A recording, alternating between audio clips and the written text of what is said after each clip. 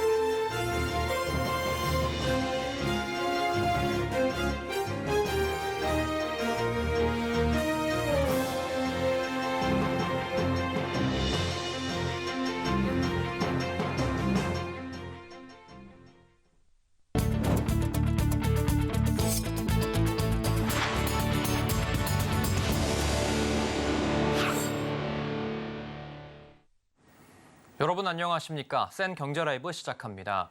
한동안 내려가던 주택담보대출 금리가 8개월 만에 상승세로 돌아섰습니다. 당분간 금리가 더 오를 것으로 예상되면서 대출자들의 이자 부담도 늘어날 것 전망입니다. 김미연 기자입니다. 지난달 은행권의 주택담보대출 금리가 상승세로 돌아섰습니다. 한국은행이 발표한 6월 금융기관 가중평균금리 자료를 보면 주택담보대출 금리는 전월보다 0.05%포인트 오르며 4.26%가 됐습니다.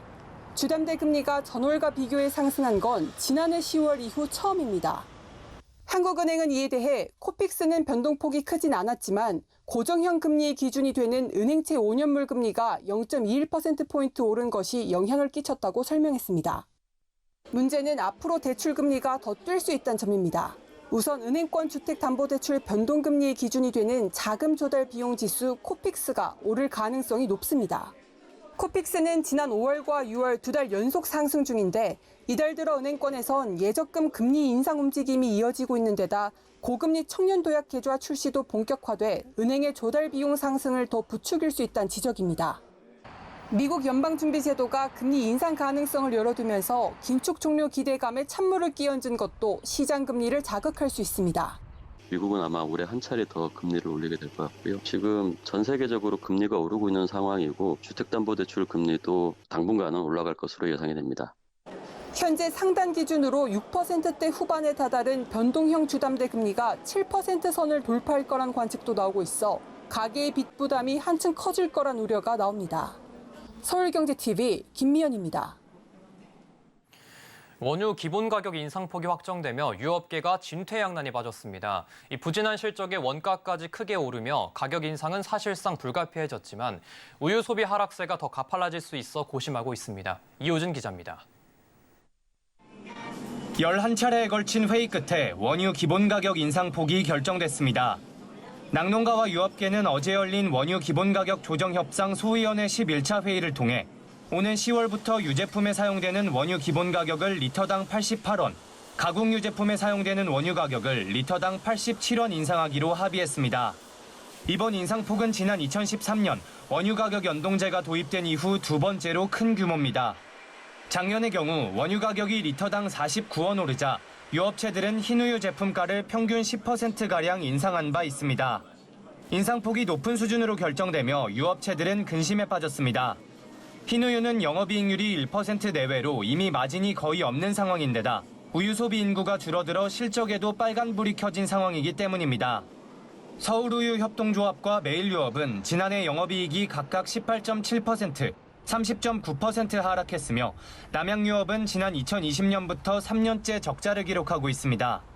수익성 개선을 위한 가격 인상이 불가피하지만 여건이 간단치 않습니다.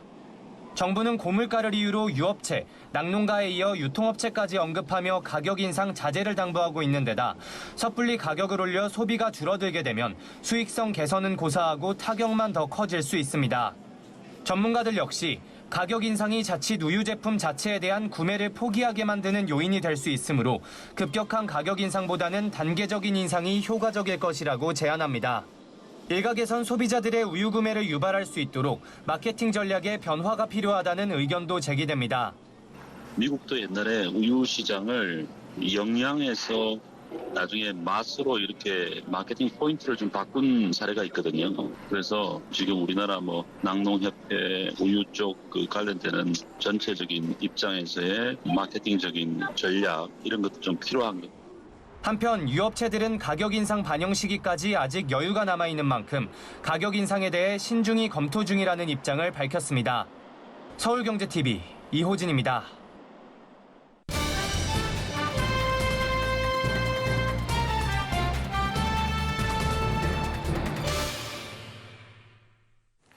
네, 지난 26일 저녁 삼성전자가 한국에서 처음 갤럭시 언팩을 열고 또 새로운 폴더블 폰을 공개했습니다. 세계적으로 관심이 뜨거웠는데 이 폴더블 스마트폰 신제품을 공개했던 노태문 삼성전자 사장이 이 폴더블 스마트폰 대세화에 대한 자신감을 내비쳤습니다. 오늘 기자간담회에 다녀온 산업일보 윤혜림 기자와 자세한 얘기 나눠보겠습니다. 안녕하십니까? 안녕하세요. 예. 오늘 삼성 간담회에서 노태문 사장을 만나고 오셨죠? 네. 예. 앞서 갤럭시 언팩 행사도 다녀오셨는데 분위기 좀 어떻습니까? 네, 분위기는 좀 인기를 많이 받은 걸로 저는 느꼈는데요. 예. 오늘 노태문 사장은 한국에서 처음으로 갤럭시 언팩을 개최하는 데에는 한국 고객의 폴더블 폰에 대한 믿음과 애정이 큰 역할을 했다며 폴더블 폰의 보급률이 높고 또 많이 사랑해 주시는 국가 중 한 곳이라고 전했습니다. 이어 폴더블 제품이 한국에서부터 출발했기에 어느 정도의 상징성이나 의미를 부여했다며 실제로 한국이 문화나 기술 등에서 세계적으로 많은 인정을 받고 있기 때문에 다른 국가의 매체나 인플루언서 등이 한국을 방문하는 것도 좋겠다는 생각을 했다고 밝혔습니다. 앞서 삼성전자는 지난 수요일 저녁 코엑스에서 갤럭시 언팩 행사를 열었는데요. 행사 시작 전부터 많은 인파가 몰려들면서 인기를 체감할 수 있었습니다. 이날 2천여 명이 넘는 분들이 행사에 참여하면서 한마디로 인산인해를 이뤘습니다. 네, 오늘 노태문 사장이 플래그십 스마트폰 판매 목표를 세웠습니다. 네, 삼성의 판매 목표는 시장에 관심이 큰 사안인데 뭐라고 말했나요? 네, 올해 글로벌 폴더블 판매 비중이 전체 갤럭시의 최상위 모델인 플래그십 판매량의 20%를 넘어설 것이라고 밝혔습니다. 또 다른 제품군에도 폴더블을 적용할 것이라는 목표를 내놨는데요. 직접 한번 들어보시죠. 삼성 폴더블 제품은 2023년에 전 세계 누적 판매량이 3천만 대를 넘어설 것으로 예상되어 올해는 폴더블 카테고리 대세화의 중요한 티핑 포인트가 될 것입니다. 폴더블 카테고리는 스마트폰에 머물지 않고 태블릿, 노트북 등 다른 카테고리로 확대되며 계속 발전될 것입니다. 네, 이어서 노태문 사장은 갤럭시 G5 시리즈의 연간 판매량 목표치는 지난 시리즈의 목표인 1,000만 대 이상으로 잡고 있는 것으로 봤습니다. 작년 폴더블을 발표하면서 1,000만 대 목표를 했고 거의 그 1,000만 대에 근접을 하고 있습니다. 저희 이번에 발표한 플립5, 폴드5의 초기 반응들 그리고 또 여러 거래선들하고의 협력에 대한 그 협력 강화 이런 것들을 감안해 보면 작년 대비 또 그 폴더블 전체 글로벌 시장의 글로벌 시장 성장에 준하는 정도의 성장들을 기대하고 있습니다. 네, 이번에 전면으로 내세우고 있는 새로운 폴더블 폰도 공개를 했는데 신제품은 어떻게 바뀌었고 또 직접 보셨을 때는 어땠습니까? 네, 저는 실제로 봤을 때 진짜 혁신이라고 불릴만 하다라고 좀 생각을 했는데요. 이번 G5 시리즈는 스마트폰 화면이 접히는 부분을 기존 U자 모양이 아닌 물방울 모양의 플렉스 힌지를 도입을 했습니다. 그래서 한 개로 꼽히던 화면 사이의 빈틈을 없앴는데요. 플렉스 힌지 도입으로 전작 대비 폴드와 플립 모두 각각 2mm씩 두께를 줄였고 외부 충격을 분산시키는 구조로 설계가 됐습니다. 그래서 저는 실제로 보니까 빈틈이 없어져서 더 깔끔해 보일 뿐 아니라 두께가 줄어서 그립감이 좋다고 느껴졌습니다. 그리고 갤럭시 Z 플립 5는 외부 화면인 플렉스 윈도우가 1.9인치에서 3.4인치로 크게 늘어났는데요. 핸드폰을 접은 상태에서 다양한 위젯을 이용해서 주식이나 촬영, 결제, 통화 내역 등을 확인할 수 있었습니다. 이제 가장 크게 바뀐 점은 이제 채팅 기록을 확인하고 쿼티 키보드를 이용해서 답장을 할 수 있게 됐다는 겁니다. 여기에 배터리는 3,700mAh로 늘어난 반면 무게는 전작과 동일한 187g을 유지하면서 단점을 보완했습니다. 또 폴드5는 기존 폴드 시리즈 중 가장 가볍고 가장 얇았습니다. 기존 폴드 시리즈는 제가 들었을 때는 살짝 무겁다고 느끼기도 했는데요. 배터리는 4,400mAh로 전작과 동일한 반면 무게는 10g 줄인 253g으로 줄였습니다. 이래서 마찬가지로 힌지가 바뀌고 두께가 줄어들면서 저는 한 손으로 들어도 부담이 없다고 느꼈습니다. 예, 폴더블 폰에 대해서 좋은 말씀 많이 해주셨는데 그렇다면 삼성전자 폴더블 폰에 대한 이런 한계점이나 아쉬운 점에 대해서도 언급이 좀 있었습니까? 네, 일단 좀 큰 시장인 중국 시장 내 점유율 문제가 좀 있었습니다. 여전히 1%에 미치지 못하고 있기 때문인데요. 이에 대해서 노태문 사장은 중국 시장 점유율을 높이기 위해서 전담팀을 만드는 등 전사 차원에서 여러 노력을 하고 있다고 밝혔습니다. 조금씩 성과가 나오고 있지만 아직까지는 더 오랜 시간이 필요할 것으로 보고 투자와 판매 채널 확장 등 해당 부분을 더 강화하고 있다고 말했는데요.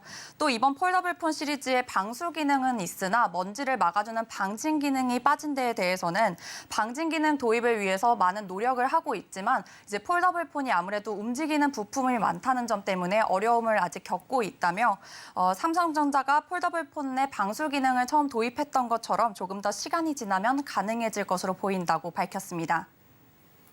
네, 이번 신제품 출시로 폴더블 폰의 원조로서의 자부심을 드러냈다고 평가받고 있는데요. 다음 주 예정인 사전 판매에서 더 좋은 성적을 거둘 수 있을지 지켜봐야 할 것 같습니다. 오늘 말씀 잘 들었습니다. 감사합니다. 감사합니다.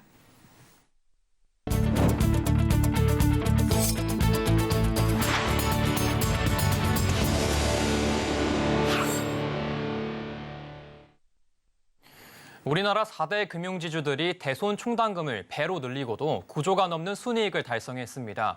이 반기 기준 사상 최대 실적인데요. 특히 올 상반기는 이자 이익과 비이자 이익 모두 고른 성장세를 보였습니다. 김수빈 기자의 보도입니다. KB, 신한, 하나, 우리 등 4대 금융지주가 상반기에만 9조 원이 넘는 순이익을 거뒀습니다. 금융권에 따르면 4대 금융지주의 올해 상반기 당기 순이익은 9조 1,824억 원으로 집계됐습니다. 순이익이 반기 만에 9조 원을 넘은 건 사상 처음입니다. 손실에 대비한 대손 충당금을 대폭 늘린 상황에서도 최대 실적을 갱신한 점이 눈에 띕니다. 충당금은 회계상 비용으로 처리돼 반대로 이익이 줄어드는 구조입니다. 이를 고려하면 벌어들인 수익이 더 많았다는 것을 의미합니다. 금융지주가 상반기 적립한 대손 충당금은 3조 9,242억 원으로 전년 동기보다 96.5% 늘었습니다. 자영업자를 중심으로 한 연체율 상승에 대비하기 위한 건전성 관리 차원입니다. 상반기 성장을 이끈 건 이자 이익이었습니다. 4대 금융지주가 거둔 이자 이익은 전년 대비 4% 증가해 거의 20조 원에 육박했습니다. 시장금리 인상에 따라 예대금리 차가 확대된 영향입니다. 여기에 비이자 이익도 실적 상승의 견인차 역할을 톡톡히 했습니다. 비이자 이익은 6조 9,114억 원으로 전년 동기 대비 59.7% 상승했습니다. KB금융지주가 가장 높은 순이익으로 리딩금융그룹 자리를 수성했고 하나금융도 성장세를 이어가 처음 반기 만에 2조 클럽에 입성했습니다. 반면 신한금융과 우리금융은 비용 증가로 1년 전보다는 이익이 다소 줄었습니다. 올 하반기에는 경기 침체, 신용 리스크 확대 등 불확실한 경제 여건이 전망됩니다. 따라서 금융지주들은 계속해서 충당금을 쌓을 뿐 아니라 비은행 포트폴리오를 넓혀 비이자 이익 확대에 더 집중할 것으로 보입니다. 서울경제TV 김수빈입니다. 1년 반 가까이 내리막이었던 전국 전셋값이 이번 주 상승 전환했습니다. 전세 사기 걱정은 여전하지만 월세 급등 추세에 다시 전세를 찾는 사람들이 많아지고 있는 것으로 풀이가 됩니다. 이재영 기자입니다. 역전세와 전세 사기 등 전세 공포에 짓눌렸던 전셋값이 반등했습니다. 한국부동산원에 따르면 이번 주 전국 전셋값은 0.02% 오르며 전주 대비 상승 전환했습니다. 지난해 2월 2주차에 하락 전환한 이후 76주 만입니다. 지역별로 살펴보면 서울은 0.08로 전주보다 상승폭이 확대됐고 수도권은 상승폭을 유지했습니다. 월세 급등 추세에 임차 수요가 다시 전세로 눈을 돌리고 있는 게 반등의 원인 중 하나로 꼽힙니다. 전세 사기 사건 이후 수요가 몰린 월세값은 오를 대로 오른 상태입니다. 한국부동산원에 따르면 지난해 8월 4.7%였던 전월세 전환율은 지난 5월 5.4%를 기록했습니다.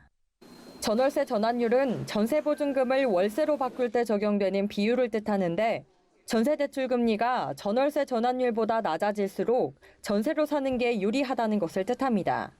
예를 들어 전세가 3억인 집에서 보증금 1억을 주고 월세로 산다고 할 때 지난해 8월엔 월세로 74만 원을 내면 됐는데 올해 5월 기준 90만 원가량을 내야 합니다.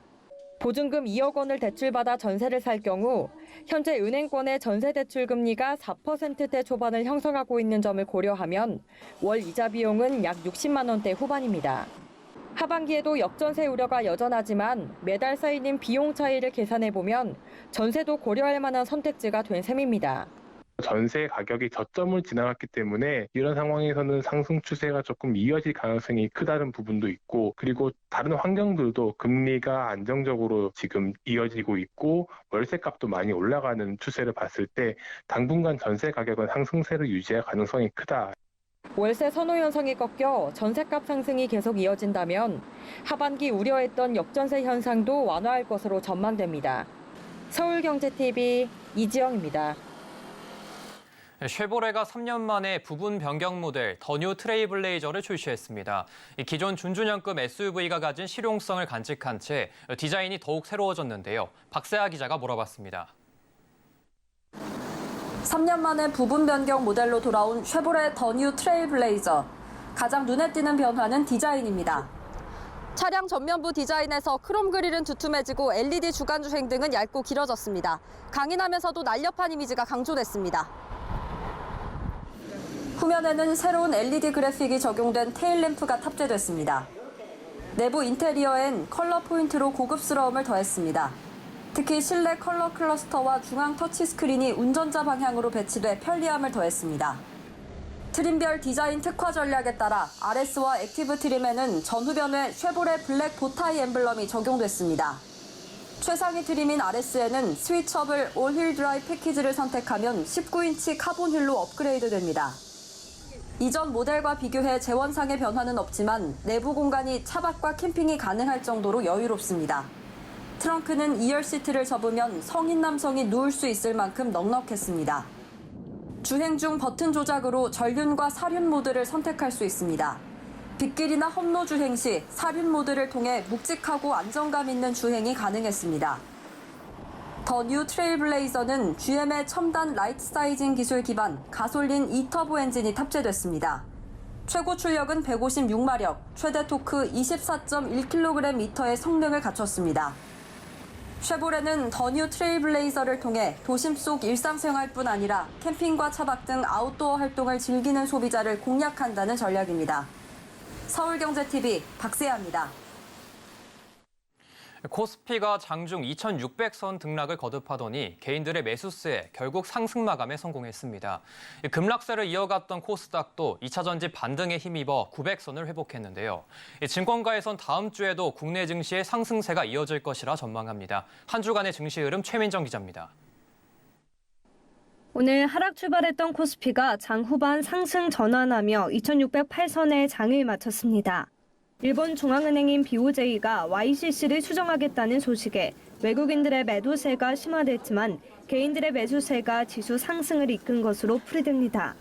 현지 시간 28일 일본은 장기국채 수익률 상한선을 0.5%로 유지하되 시장 상황에 따라 이를 어느 정도 넘어서는 것을 허용하도록 결정했습니다. 최근 급등락을 반복했던 2차 전지도 개인들의 저가 매수세에 힘입어 반등에 성공했습니다. 이에 오늘 에코프로 그룹주, 포스코 홀딩스 등 2차 전지 관련주들이 일제히 오름세를 보였습니다. 특히 에코프로는 전날 종가가 100만 원 아래로 떨어지며 황제주에서 밀려났으나 하루 만에 다시 100만 원대를 회복했습니다. 에코프로는 코스닥 시장 내에서 시가총액 규모가 큰 만큼 코스닥 지수 상승을 이끌었습니다. 코스피는 한 주간 0.06% 내린 2608.32포인트에 코스닥은 2.23% 하락한 913.74포인트의 거래를 마쳤습니다. 한 주간 수급 동향을 살펴보면 코스피는 기관만이 매도한 가운데 개인과 외국인이 매수했고 코스닥은 개인만이 매도, 외국인과 기관이 매수했습니다. 증권가에선 미국 금리 인상 기조 종결 기대감도 커지고 있어 다음 주는 국내 증시가 상승세를 보일 것이라며 오늘 밤 발표되는 미국의 PCE 물가지수를 주목해야 한다고 전망합니다. 황준호 상상이증권연구원은 특정 테마에 쏠렸던 자금들의 분산이 이루어질 것 같다며 오늘 밤 발표되는 PCE 물가지수가 둔화세를 보이면 다음 주 국내 증시는 상승세를 이어갈 것이라고 설명합니다. 서울경제TV 최민정입니다.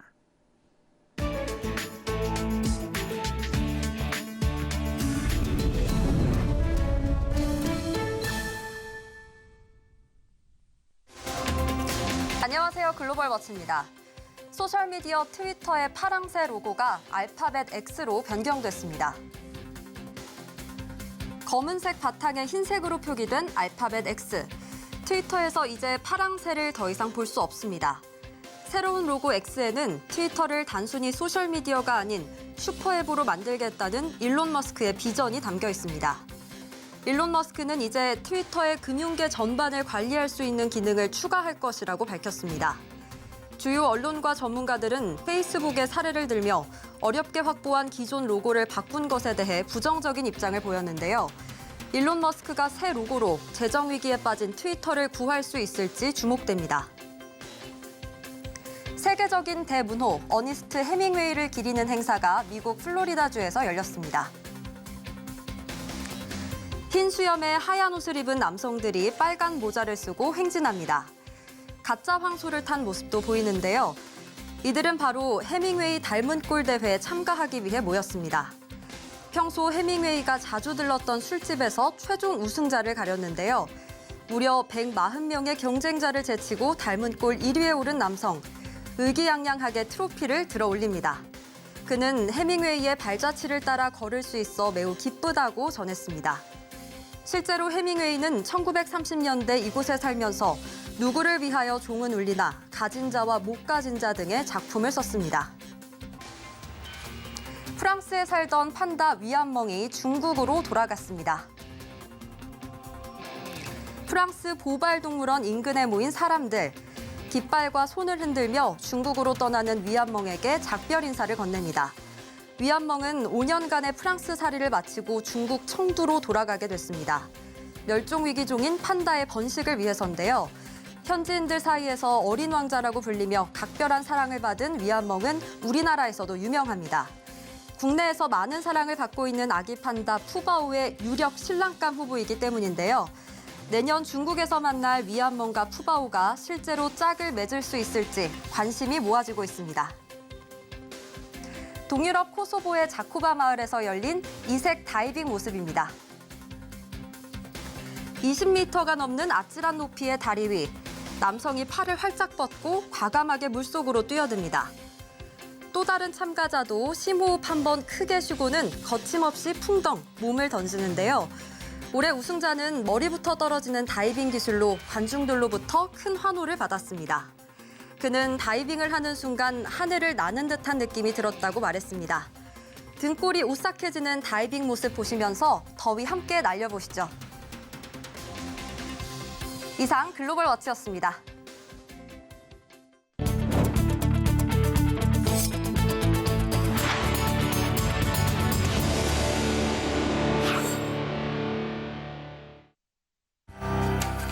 정부가 오늘 수해 농가 지원금을 인상하고 농축산물 수급 안전 대책을 신속 추진하기로 했습니다.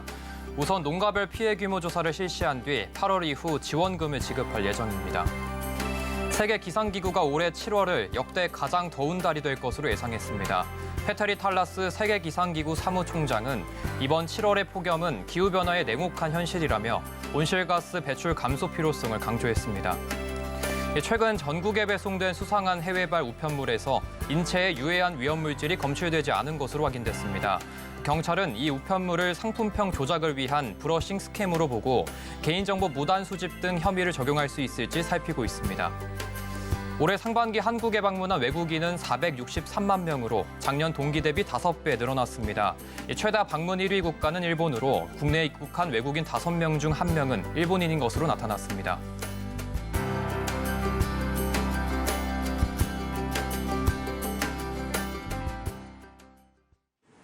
이상으로 센 경제 라이브 마칩니다. 함께해 주신 여러분 고맙습니다.